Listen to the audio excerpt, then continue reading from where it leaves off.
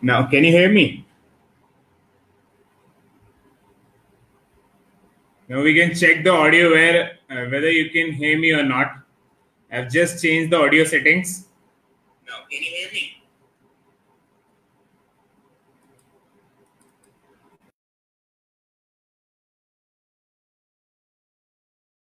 So guys, I think we are audible now. And it would be great to discuss today's session on the current scenario of practice, current dental practice scenario, in which we'll be discussing whom to treat and how to treat, especially focusing on the emergency and the urgent cases.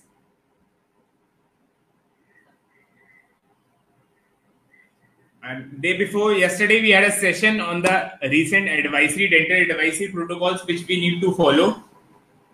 In our practice, and for that only I have shooted small micro videos of 2 minutes in my Instagram page ask_Dr. Nitin Shishodia, in which these micro videos are step-by-step videos in which I am discussing about the recent advisory protocols for dental practice. So now we'll quickly start the session, which is more focused on the cases which we need to take care during the present practice scenario. So what to expect? Expectation is mainly towards the emergency cases, which we need to do urgent cases and their management. First of all, we need to identify what are the urgent and the emergency cases. And after a long discussion on day before yesterday's session on practicing, following the protocols, as I told, you can see on my Instagram page, following ask_Dr. Nitin Shishodia to see the videos. And by tomorrow, all the videos will be uploaded. Presently, the 3 videos are uploaded till the mouth rinsing part. So now we'll focus on today's session. And on today's session,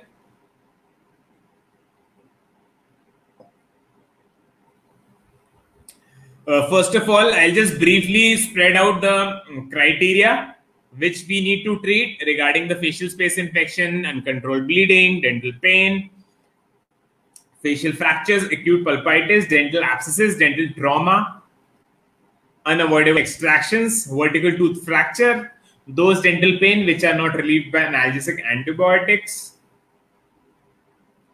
peri-implant infections, unavoidable dental extractions, trigeminal neuralgia. So as we all know, these are the patients which we need to treat. Okay, starting with the core of the topic, that is the cases which we need to take care. It's very important in our dental ethics. We as dental surgeons have to perform our duty, whatever may be the situation, following all the protocols which have been advised, because these patients can only be treated by us.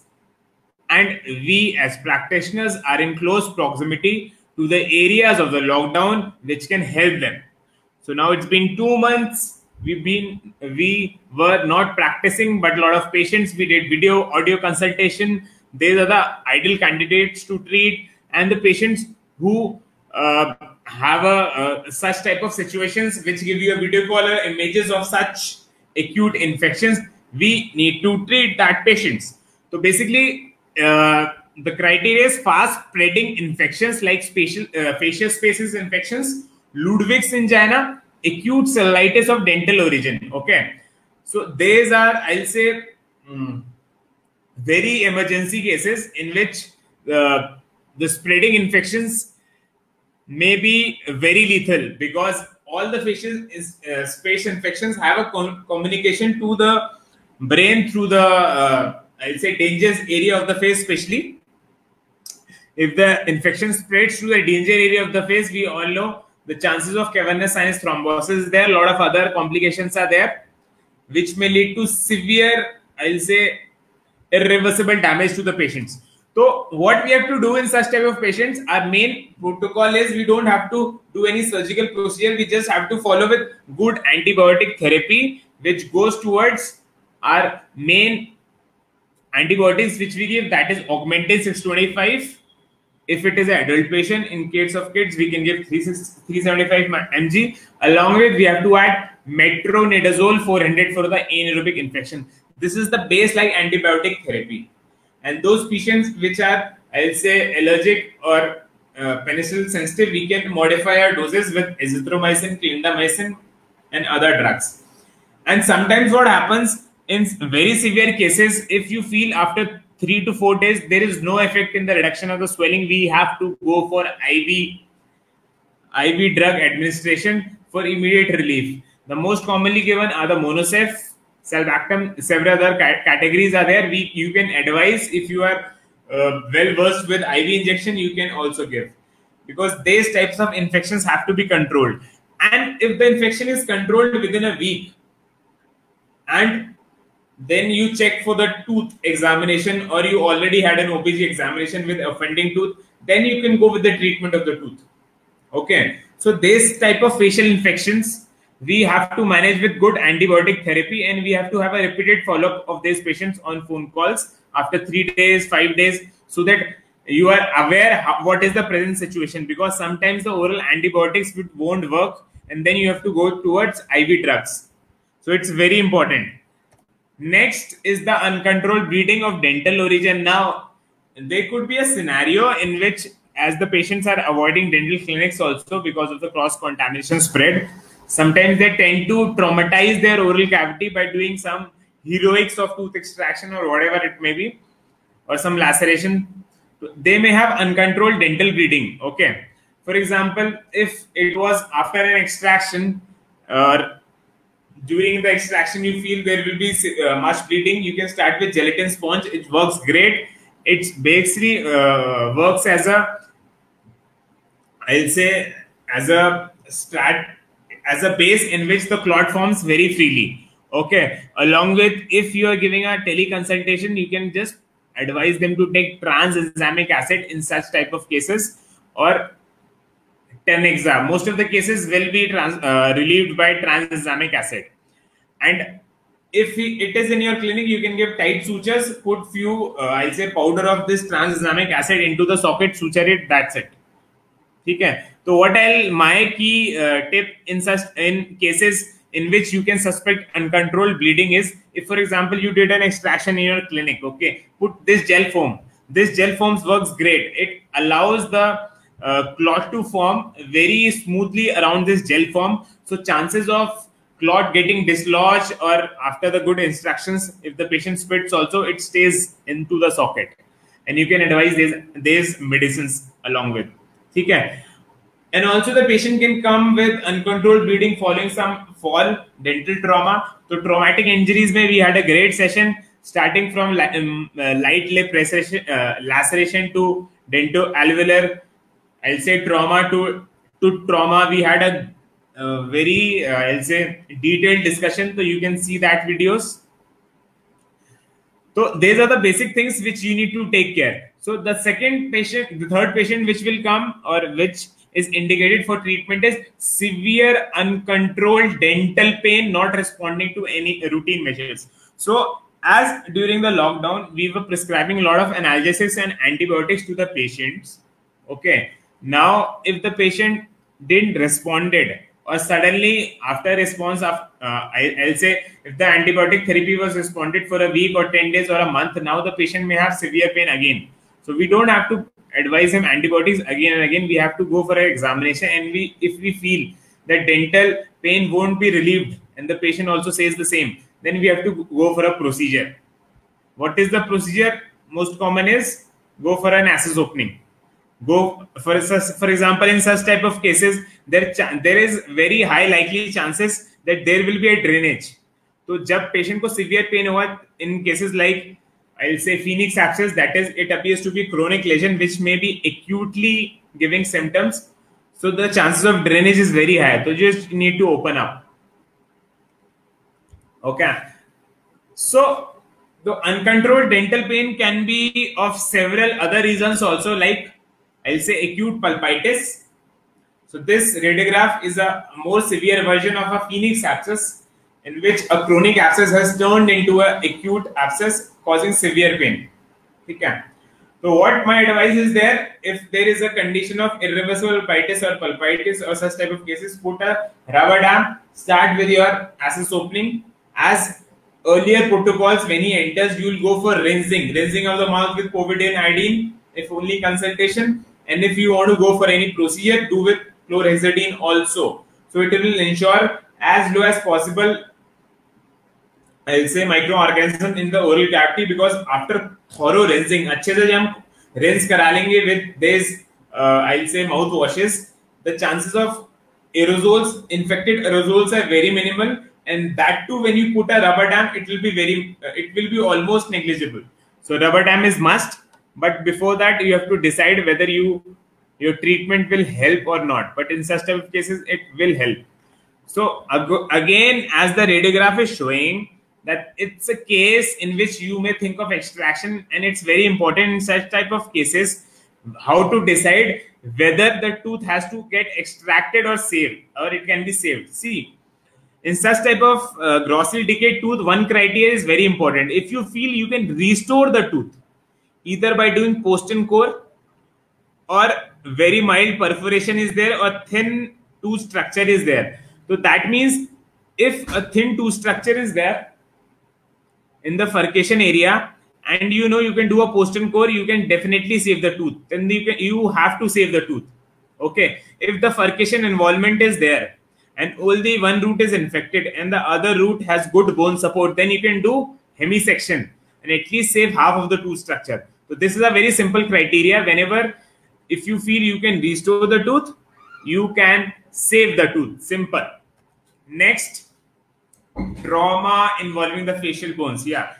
Now, as most of the hospitals, the working is a little neglected, or I'll say reduced. So patients with facial trauma may visit your clinic. The first line management of control of bleeding and managing the lacerations is important, and followed by sent to a radiology center to examine everything, and followed by if only just a small IMF is required, you can do in your practice, or you can call a oral surgeon or refer to a nearest hospital where the treatment is undergoing. So it is our duty, if the patient comes, to do the first line management of control of bleeding or any lacerations is there, suturing and all in the soft tissues, and followed by either calling a surgeon into our clinic to manage such type of cases, or referring to a place where the treatment can be done in this time. So it is our duty to help the patient for the specific treatment which is required in such type of patients. It's very important.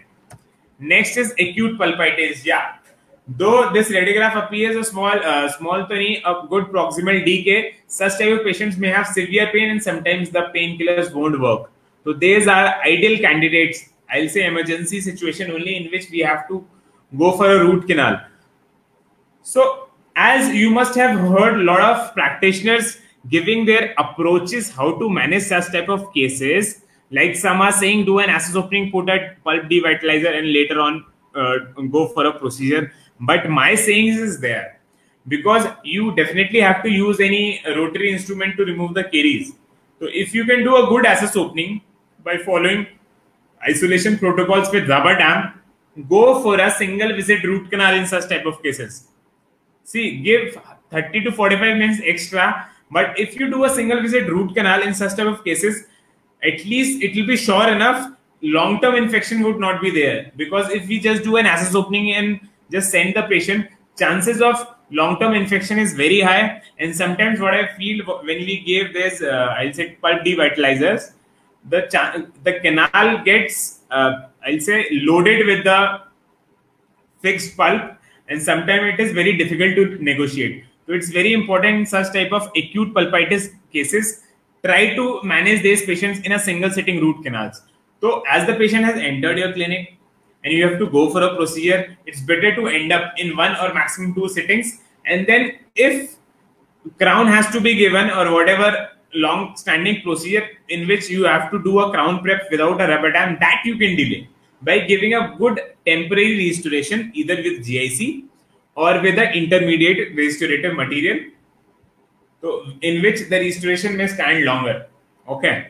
So this is my, I'll say, sayings to you all to manage such type of acute pulpitis cases. Go for treatment, guys.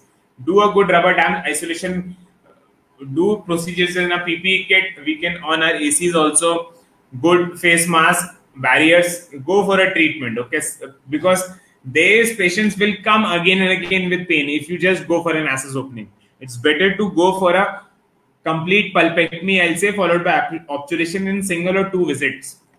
Next are the cases which will be coming in emergency situation are dental abscesses, especially for example such type of pediatric patients. If the tooth can be restored and the tooth has to be, I'll say, eruption time, the new permanent tooth has to erupt after more than 2 to 3 years, then you have to treat such patients, and if the root is good enough. So going for a routine pulpectomy will work great, because such type of infections, if a sinus opening has occurred, the pain may get relieved. But such type of gum boils in which there is a strong infection in the periapex or the focal area, you need to drain it. You need to do some good pulpectomy procedures. Yeah, second is, as in the home lockdown also, there are chances of some trauma to our teeth. The patient may come with such traumatic injuries. As in our traumatic injuries sessions, in detail, we have discussed how to manage crown fractures, root fractures, along with when to go for direct pulp capping, indirect pulp capping, or I'll say root canal treatment, or for epixification or epixogenesis. In detail, we have, I'll say, studied. So these traumatic injuries slides, I'll say, sessions you can see on YouTube. So managing these type of patients, because the patients or the conditions which I am discussing you are specifically according to the recent advisory of managing emergency and the urgent patients. So my main focus of this session is to, I'll say, enumerate all the different emergency and urgency cases along with basic management, as most of the management we are capable of doing, but few protocols which can be altered or which are to be altered, I am focusing on that. Okay. The next is pain on cavitation needing temporisation. I don't know what they were trying to say. Either while excavation of the cavity, the patient is having pain, or the patient is having a cavity and he needs a temporisation. For me, it will be better to do a long-standing temporary restoration if you are not able to do a good composite. For example, if you are avoiding aerosol treatment completely, I'll say if you can use a rubber dam, you can use you can start with your aerators. No worries at all, because you will be isolating the tooth from the oral cavity. Even the patient breathes also, there will be a barrier of rubber dam, and you must be wearing a N95 mask and a headgear. So definitely you can go for the treatments. Okay. Only the problem is there when you remove the rubber dam and you are adjusting the occlusion, then there is a problem. For that also, what I'll say, once you remove the rubber dam, go for a mouthwash again. So our main motive is to reduce the load or bacterial load, viral load in the oral cavity again and again with repeated rinsing with a good antiseptic mouthwash, so that even if the patient has COVID-19 or is a carrier of COVID-19, because now the struggle is not in identifying a COVID-19 patient. Easily with the symptoms we can identify. The problem is the carrier patient who doesn't have symptoms and may be carrying virus in his saliva or throat. The chances of aerosol spread of infection is very high. So in such type of patients, use rubber dam. That's it. And if, for example, you have to do a crown prep also, I'll say do a split dam technique in which you can see the gums. Some protection is very important with the help of rubber dam. So, and one more, I'll say a thing I would like to add as we are discussing about the aerosols. So whenever you I'll say finish a aerosol procedure, like हमने कोई भी aerosol procedure खत्म करा, okay, chances are there that the aerosols may be generated in the air. The chances are very high because we are not having extraoral suctions. Because extraoral suctions, chances are very high that all the aerosols which are generated, at least 90% are captured by the extraoral suction. As we are not using extraoral suction, so these aerosols will be somewhere 3 feet around your dental chair. And when the aerosols are produced, this point is very important, guys.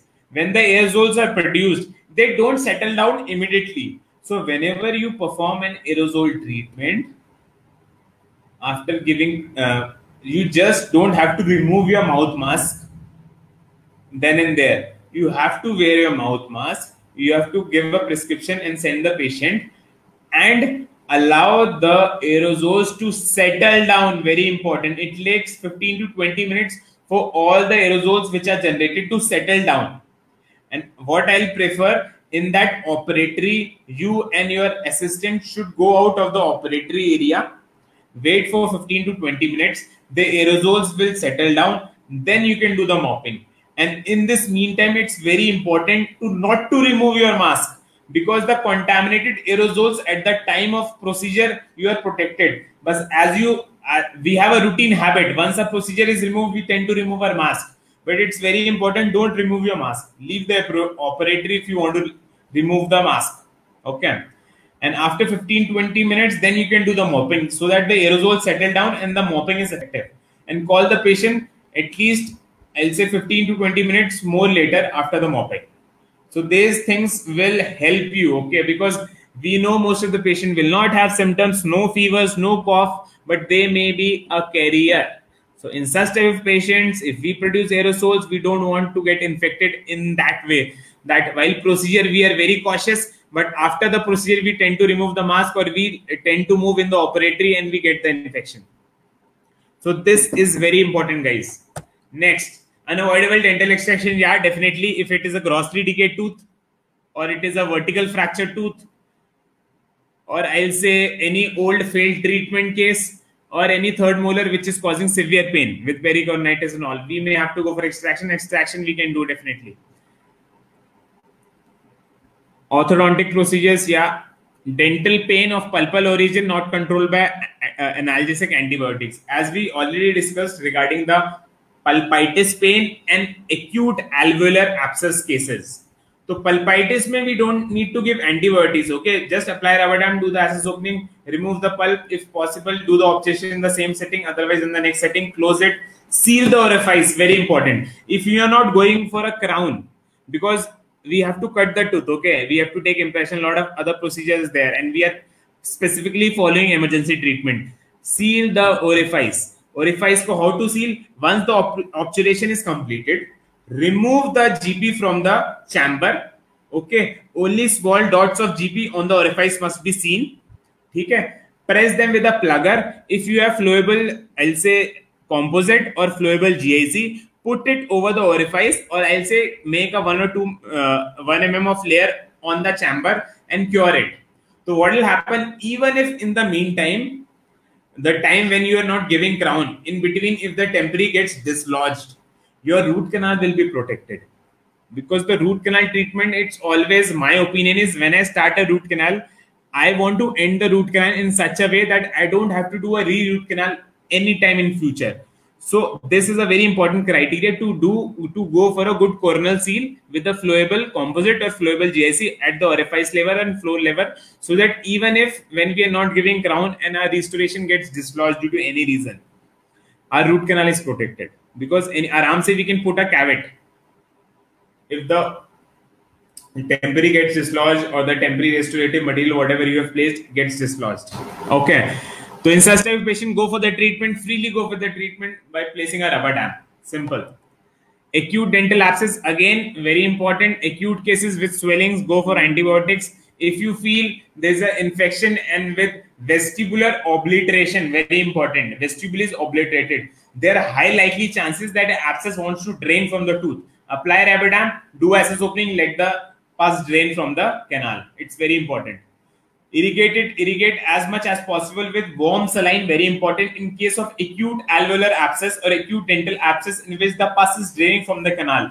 It is very important to irrigate that canal with warm normal saline, which will allow it to flush it off. Okay? And you can do a little overfiling with your 15 number file to break the locules and let the pus drain. Because the best treatment for dental abscess is not only incision and drainage, but also opening the canal and doing a little overfiling with 15 number file to break the locules of the abscess and let it drain. The patient will have a relief instantly or maximum within an hour. And you will see a lot of abscess draining. So these cases you can do in very simple manner. Okay, just let the pus drain, and when you feel the pus has been drained, pack with calcium hydroxide, send the patient, call him after 1 week, and if there is no drain, just obturate and just end up the case. That is emergency case. Crowns and all, you can do it later if you want. Okay, vertical split fractures, very difficult to treat. We need, most of the cases, extraction is the ideal treatment. Very rarely people have tried to save vertical split fractures, which have a longer life.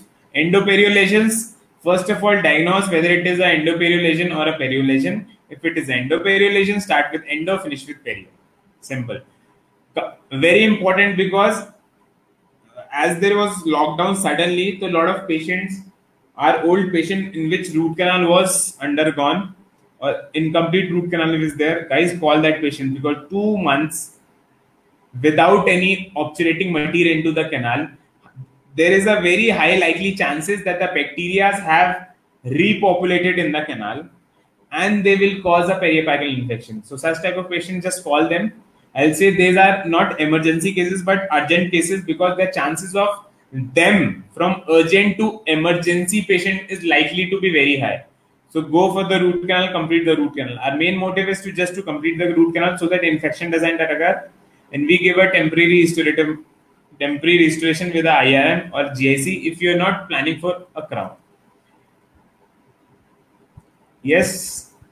If you feel a tooth can be saved with pulp therapy, do direct or indirect pulp capping. We have discussed in detail about direct and indirect pulp capping. Very important. Patients must be in this time would have called you regarding the broken restoration or fixed prosthesis or sensitivity to vital teeth. Okay. So in such type of patients which have broken restoration, or I'll say some prosthesis malfitting, the chances are there these patients may turn into acute pulpitis cases, that too irreversible. To just check these patients, recall them, check for the broken restoration, if need to re-restore it, check for the fixed prosthesis, don't remove the fixed prosthesis, do a fixation in your clinic with lot of materials are there. If you have a strong good HF, okay, and you have composite, you can do I'll say ceramic fracture repair with composites also. A lot of techniques are there. You can ask me if you want to know how to do so. Endangering pulpitis, we don't want a normal reversible pulpitis to go to irreversible pulpitis in which we have to do a root canal. So always try to save this tooth first. Okay. Because not only the patient are having symptoms regarding sensitivity, there may be difficulty in mastication also. These are urgent cases. We need to manage them. Unavoidable dental extraction and post-extraction complication. Yes, we need to take care. Unavoidable dental extraction we have already discussed regarding the grossly decayed tooth, vertical fracture tooth, abscess tooth, third molar tooth, cheek bite, I'll say impacted. A lot of other cases are there. Already prepared tooth. Yeah, very important. As 2 months back, we must have prepared some of the patient's tooth for a crown and we couldn't take impression, or the impression was taken, the crown was ready, we didn't place a crown. Guys, finish up these cases, because you know with time there will be a mesial migration and the distal migration of the adjacent tooth. There will be eruption of the opposing tooth. So the preparation which you have done will be of no use, and there will be reduced crown height. So it will be very difficult to manage such type of patients, because intrusion of the tooth after super eruption is very tough job to do. It's better to just go for a crown in such type of patient. If possible, go for a permanent crown, otherwise at least a temporary crown. Peri-implant infections, yeah, they have to be taken care. Pericoronitis, operculectomy. If you feel you can manage a pericoronitis case with operculectomy, do that, or a curettage you can do with help of hand instruments. And I would like to add one more thing, that if a patient comes with scaling, okay, with poor oral hygiene, just remember our final year days. In that time also we used to manage all our routine scaling cases with our hand instruments, and we have this set of hand scaler instruments. So I would prefer to do a hand scaling. It may take more time. Obviously you can charge more, no issues at all. But because scaling will produce a lot of aerosols, lot of aerosols. If possible, you can do a split dam technique in which at least anterior to the molars you can do scaling. But I don't want aerosols to be generated in scaling procedures to go for hand scaling. And we are very, I'll say, skillful enough to do hand scaling because in third year and fourth years we did a lot of hand scaling.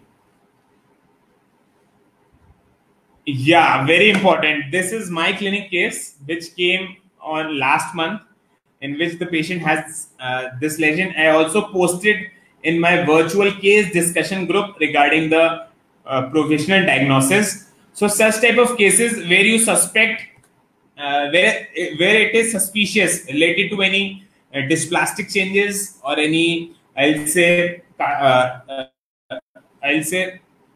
any changes related to carcinoma, and there is a question mark because this patient came to my clinic with this lesion which was there for around 1 to 1.5 months, and a lot of ointments were given and it didn't work. So I also reduced there was a sharp cusp. I reduced the sharp cusps. After reducing the sharp cusp also it didn't relieve. I'll be showing in my further slides how the lesion got progressed. So these are the ideal cases to refer or do biopsy for a proper treatment, because we don't want that if the patient are not having symptoms in such type of lesions, they turn into more dysplastic changes where the treatment is more complicated later on. It's better to early advise proper treatment for such type of lesions if they come to our clinic. Okay, don't delay this type of patients. Okay, these are, I'll say, emergency cases only, because the spread of these, I'll say, dysplastic cells is very high, especially in the floor of the mouth and tongue, because they have very strong lymphatic drainage. They will tend to spread. So if they spread, you know what is the sequelae. So guys, help these patients. It's very important. Genuinely, I'm telling. Long-standing cysts and tumors of the jaw with abrupt changes. Yeah. So what I've experienced, most of the topics which I took during the lockdowns, I've experienced similar type of cases like this, emergency cases like mucosal lesions, calcified canal cases, C-shaped canal cases, access opening with altered morphology. These are the things which I had discussed, and these are the cases which I am getting in this in the present practice. So I think the law of attraction follows a lot. What we learn or what we teach, it comes to us, and we are lucky enough we can manage such type of patients. Okay? And many of my colleagues whom I discussed thoroughly regarding such type of cases, they are also getting the same cases. And the beauty is that because we are so much freshed up, or so much our knowledge is rejuvenated with such type of cases which are coming to our clinic, we are able to manage them. Not only there's, I'll say, calcified canal, C-shaped canal, I'll say cases with pediatric patients. Last week we took sessions on pediatric patient management. And I'm so glad that after the sessions, as we gave very simple protocols, and I told 80 to 90% of patients are easily managed. And by this, following these protocols, our colleagues are doing great. And when I get testimony regarding that the session really helped and they applied very in a similar way and they achieved success, it is so soothing to hear.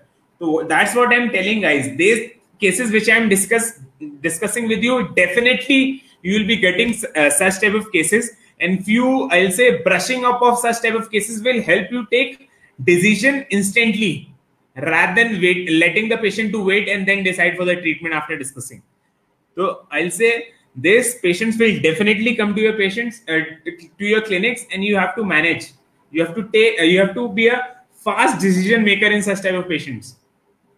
So sharp to trigeminal neuralgia, again in our orofacial pain sessions, we discuss in detail about trigeminal neuralgia, how to diagnose, how to differentiate with other orofacial pains. We read about, I'll say, burning mouth syndrome. We read about Sung-Suna. We read about, I'll say, different other orofacial pains. And also trigeminal neuralgia की peculiarity क्या थी? It was short, I'll say, sharp shooting, stabbing, or I'll say lancinating type of pain, which was in the, I'll say, fifth nerve की जो हमारी distribution है ophthalmic, maxillary, mandibular, there the pain is occurring and the patient will have pain for a few seconds to minute. That would be severe type, and there will be repeated symptoms several times a day. And in such type of patients, if we give Tegretol, that is carbamazepine 100 mg, the first dose will give good effects. But otherwise, just try it for 3 days, you will definitely get good results in such type of patient. So pharmacological management is the advice from myself in managing such type of patients, especially in this emergency situation. So orthodontic wire or appliances, a lot of patients, orthodontic patients are there in a clinic, which we are doing, or our, I'll say, associates are doing. If you feel any appliance or a wire is impinging, just modify it or call your orthodontist to do the routine procedures. Okay, these orthodontic procedures can be done because we generate minimal aerosols. We don't generate aerosols in this. So we can do by following good oral rinse protocols and followed by letting the patient to follow all the oral hygiene. Delivery of clear aligners, yeah, definitely. We don't want our clear aligner patients who have paid us a lot to delay their treatment. So let these patients go for their treatment which was started or you plan to start. Skeletal anchorage patient, orthodontic patients in which you must have placed a face bow, or not a face bow, a facial anchorage or any extra appliances, go for the treatment for these patients. Repair broken complete dentures, go for the treatment. But very important, as incomplete denture patients, we are dealing completely with saliva. Do double mouth rinse, as the patient would be old. It would be 60 plus years of age. So these patients are at very high risk of cross infection. So my advisory for old patient, a simple thing which I am following at my clinic, if there is an old patient which comes under a criteria of urgent or emergency case, for example, complete denture patient will come under urgent case because he won't be able to chew his food. So such type of patient, as you know, are at a very high risk of cross contamination from our clinic, definitely, or from the outside world. So it is important because in the morning, if you call this patient as first appointment, as you didn't do any other patient, your operatory would be, I'll say, virgin to do such type of old patients or emergency situation patients in which high likelihood of high risk of spread is there. So this patient you can recall in the morning and treat them, and followed by next appointment in the next morning. So cross contamination in such type of patients which have high risk of infection would be, I'll say, avoided. Implant prosthesis related, yes, you can do. Oral mucosal infections such as candidiasis, you can see this is a typical case of oral thrush. I'll say this patient must be on inhalers of steroids, which is a very common reason for oral candidiasis in the soft palate. So if you want to diagnose a candidiasis patient, first of all, oral hygiene, oral odor would be very poor first. And second, when you will scrape these lesions with a gauze, the white patches will get scraped with red bleeding spots. This is the typical oral thrush or oral candidiasis patient.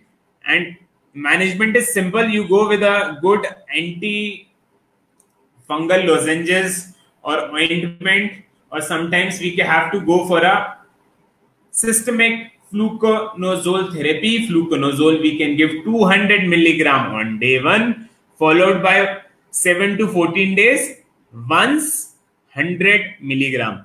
तो अगर कोई fungal infection का patient आता है which is not getting relieved with our normal local topical treatment, go with a systemic therapy with fluconazole. Okay, 200 milligram on day 1, followed by 100 milligram for 7 to 14 days. Simple. And few cases would be, I'll say, such type of cases which you may think as a leukoplakia patient. But for example, if patient is not giving a history of any tobacco smoking, so you can suspect a hyperplastic candidiasis. Okay, this is very common. These conditions are different from normal acute candidiasis in such a way, on scraping they won't get scraped. Very important. So you may ill diagnosed or wrongly diagnosed as leukoplakia, but there's a hyperplastic candidiasis cases. Okay, in such type of cases, again you can go with a systemic or a oral candidal infection, antifungal drugs. So this is the same case which I was discussing with you. You can see the lesion. So this lesion progressed, I'll say progressed within, I'll say 15 to 18 days to this size. Okay. So now I could see the lesion is getting progressed and very much, I'll say very high likely to have a severe dysplasia, or I'll say moderately differentiated SCC of tongue lateral border. That too, he was a very old patient, 70 plus years of age.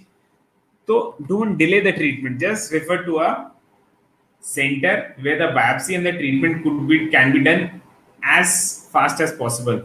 Because as the progression is very high in these sides, that is the tongue and the floor of the mouth, the morbidity and the survival also lowers. Survival rate lowers, morbidity rates are high if you don't treat such type of patients. So it's our duty to refer them to the right areas so that they can be benefited. Okay? So guys, it's very important to take care. The last few slides are especially on diabetic patients requiring treatment for periodontal conditions. Okay, so diabetic patients, though the immunity may be weak, but periodontal conditions may also deteriorate. So such type of patients are considered urgent cases, because in such type of patient, the periodontal conditions deteriorates very fast. So, or any periodontal therapy from starting from scaling and root planing to a flap surgery should be performed, I'll say. And sugar control is very important, because 70% of patients which will come to our clinic will be having diabetes. The monitoring of diabetes with HbA1c test is important and followed by specific treatment according to the general oral condition. Dental surgery for cardiac patient. Guys, for example, a patient has to undergo a cardiac surgery. Such type of patient, if comes to your clinic for any dental treatment, do the dental treatment, because after that, for example, a surgical extraction has to be done. Go for the extraction, so that after the cardiac surgery, the patient should not visit your clinic, because many of the treatments or some therapies are, I'll say, not advised after any cardiac surgery. So such patients you need to treat. Next topic is hospitalized patients requiring dental care for acute problems. Yes. So, for example, a patient is hospitalized and has a acute dental infection. Just treat them, guys. Don't think they have come from hospital. They may be suffering. Do your complete examination. Rule out the COVID-19. For example, the patient is carrier also. Do follow all the protocols and just treat the patient. It's very important. Now, very important, again, patient who has undergone or who is planned to go for a radiotherapy or organ transplantation or chemotherapy. If the patient is planned to undergo this type of treatments, I'll say it's an emergency dental procedure. Do as much possible dental treatment required to such type of patients. And I always prefer, because these patients are immunocompromised, go for morning appointments. Guys, go for morning appointments. It's very important. Because the benefit of morning appointment, your clinic would be clean enough. And when you treat such patients, followed by you'll follow other protocols for the remaining patients, and this patient would be safe enough, not only for transporting the infection, but also for getting the infection through aerosols or cross contamination. So I think a lot of urgent and emergency cases we have discussed. And at least first line of treatment we know whether we can treat such patients in a clinic, or we have to refer, starting from an acute pulpitis to a oral mucosal lesion which has a, I'll say, carcinomatic changes. We need to manage such type of patients, because in this hard time, we dental surgeons are fortunate enough to help the patients which are needful for a lot of dental procedures, and by following all the protocols in step-by-step manner, which I have also discussed and a lot of other great practitioners are discussing. So we can't be ignorant of knowledge of the protocols which we need to follow. So if we follow the protocols, definitely we can save ourselves from getting contaminated, and our patients which are coming one by one for the treatment can be protected from cross-contamination by following these simple protocols. If you would like to hear the protocols again, you can follow my Instagram channel ask_Dr. Nitin Shishodia, in which I have uploaded videos on step-by-step protocols to follow our dental practice in the pandemic situation, which is very easy to remember. And anytime you can just swipe your phone and check the video whenever you have a doubt.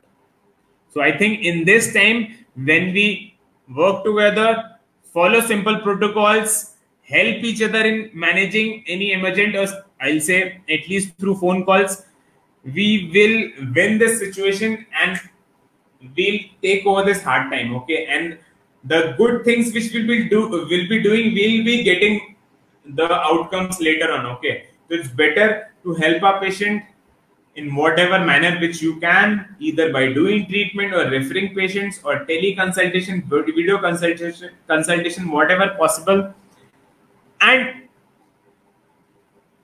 help them.